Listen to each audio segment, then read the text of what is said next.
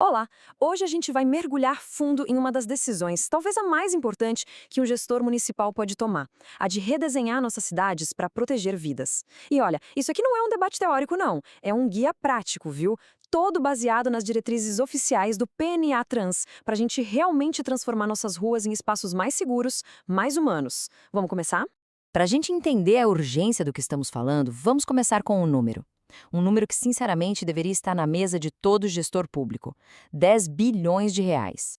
Pois é, e esse é o custo que a violência no trânsito joga nas costas do Brasil todo santo ano. É pra gente parar e pensar, né? São 10 bilhões de reais. Dinheiro que podia estar indo para construir escola, hospital, melhorar a infraestrutura, mas não. Ele vem principalmente da perda de produtividade de quem morre ou fica com uma lesão grave e, claro, dos custos que acabam sobrecarregando o nosso sistema de saúde. É um prejuízo que, convenhamos, nenhuma cidade pode se dar ao luxo de ignorar. O impacto financeiro, claro, é alarmante, mas a perda de uma única vida, isso é incalculável. Então a pergunta principal é: como a gente quebra esse ciclo? A resposta não está em pedir perfeição dos motoristas, mas sim em redesenhar nossas ruas com base num princípio fundamental: a gestão inteligente das velocidades. E veja bem, não estamos falando de improviso. A solução é baseada numa abordagem técnica com resultados mais do que comprovados e que foi adotada pelo nosso Plano Nacional de Redução de Mortes e Lesões no Trânsito, o PNA-Trans. A gente chama isso de abordagem do sistema seguro. O primeiro pilar dessa filosofia já muda tudo. Ele parte de uma premissa muito simples: pessoas cometem erros. É da nossa natureza, é inevitável. Portanto, a culpa não deve recair sobre o indivíduo, mas sobre o sistema. Nossas ruas é que precisam ser projetadas para serem, digamos, à prova de falhas, para que um erro humano não vire uma fatalidade. O segundo princípio é pura biologia. O nosso corpo é frágil. Numa colisão, é a velocidade que define a linha entre um susto e uma tragédia. Então, controlar a velocidade é literalmente controlar as consequências de um erro no trânsito. Simples assim. E, por fim, o terceiro princípio: a responsabilidade é de todo mundo. Não só dos motoristas, mas também dos gestores públicos que planejam as cidades, dos engenheiros que projetam as vias e de toda a sociedade que define as suas prioridades. Criar segurança no trânsito é um esforço coletivo. E aqui a gente vê a estrutura completa. Olha só, os princípios que acabamos de discutir, ali à esquerda, são a base, o alicerce de tudo. Eles orientam os elementos centrais, como o planejamento e monitoramento, e na prática eles se transformam nos pilares de atuação, à direita, que vai desde o desenho de vias seguras até a educação e a fiscalização. É um verdadeiro roteiro completo para a ação. Ok, a teoria é sólida, a gente entendeu. Mas como é que um gestor municipal transforma esses princípios em asfalto, calçada, sinalização? Bom, vamos abrir aqui o nosso kit de ferramentas e ver as estratégias práticas que podem ser implementadas, olha, a partir de hoje. Basicamente, a gente tem 3 níveis de implementação que podem até ser combinados. Podemos começar com uma abordagem mais cirúrgica, sabe? Focando naqueles corredores com altos índices de acidentes. Ou podemos ampliar um pouco mais, criando zonas de velocidade reduzida em áreas de grande circulação de pessoas. E para os mais visionários, por que não redefinir os limites para toda a rede viária da cidade? E aqui está talvez o ponto mais importante de todos. A ferramenta mais eficaz não é a placa de trânsito, é a engenharia.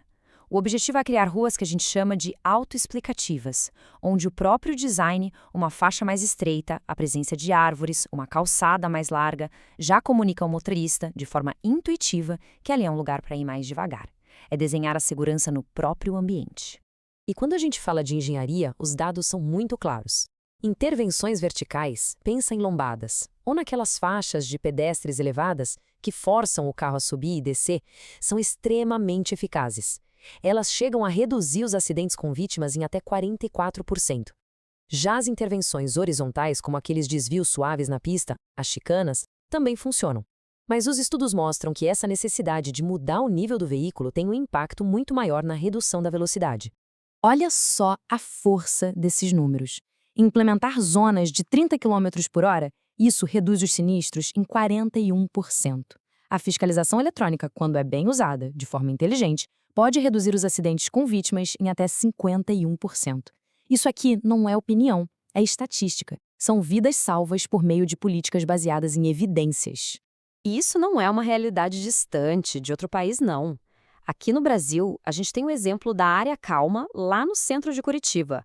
A implementação de uma zona de baixa velocidade não só reduziu os acidentes, como transformou a região num lugar muito mais agradável, muito mais seguro para caminhar. É a prova de que essa abordagem funciona e funciona muito bem no contexto brasileiro. Essa imagem aqui resume toda a mudança de mentalidade. De um lado, à esquerda, uma via projetada para velocidade, para o fluxo de máquinas.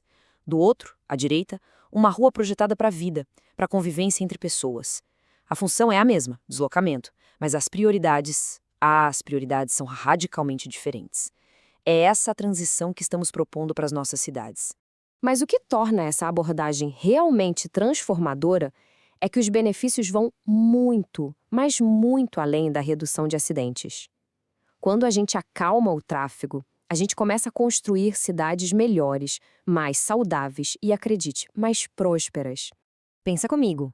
Ruas com velocidades mais baixas convidam as pessoas a caminhar, a olhar as vitrines, a parar para um café. Isso significa o quê? Mais movimento e mais vendas para o comércio local. Reduzir a velocidade não é só uma política de trânsito, é também uma política de fomento à economia dos bairros. E o que acontece quando as ruas se tornam seguras? Elas deixam de ser só corredores de passagem e voltam a ser uma espécie de quintal da comunidade. As crianças podem brincar, os vizinhos conversam na calçada, o espaço público volta a ser um lugar de encontro, fortalecendo o que os especialistas chamam de capital social. É fundamental entender que a gestão de velocidades não pode ser uma ação isolada. Ela é a engrenagem central que se conecta com todas as outras grandes políticas urbanas. Tem que estar alinhada ao plano diretor, à lei de uso e ocupação do solo, porque no fim das contas, ao definir como a gente se move, estamos definindo como a cidade vai crescer, se vai ser de forma mais compacta, humana e sustentável. Então, se as ferramentas existem, se os dados comprovam a eficácia e os benefícios são super claros, o que é que falta para essa transformação acontecer de fato? A resposta a gente sabe, está na vontade política e na coragem de adotar uma nova visão para o futuro das nossas cidades. Essa citação do guia resume a fórmula do sucesso. Não é uma medida única, isolada, mas sim uma combinação inteligente de 3 fatores: limites de velocidade adequados, engenharia que incentive o comportamento seguro e, o que é fundamental, um diálogo aberto com a comunidade para construir o apoio necessário. É a união perfeita da técnica com a política. No final das contas, a decisão se resume a esta pergunta. Uma pergunta fundamental. Para que e para quem estamos projetando as nossas ruas? A resposta que a gente der a essa pergunta vai definir o futuro das nossas cidades e, o mais importante, o futuro de inúmeras vidas.